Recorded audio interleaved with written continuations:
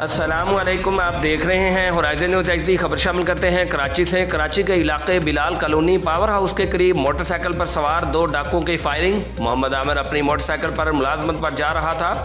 Motorcycle पर सवार दो डाकुओं ने लूट मार की कोशिश की। मुजाहमत करने पर डाकुओं ने फायरिंग कर दी। आमिर को सीने पर दो गोलियां लगीं और मौका पर जाँ हक हो गया। Report Mahmooda Bano, divisional bureau chief Karachi, horizon news HD, Pakistan.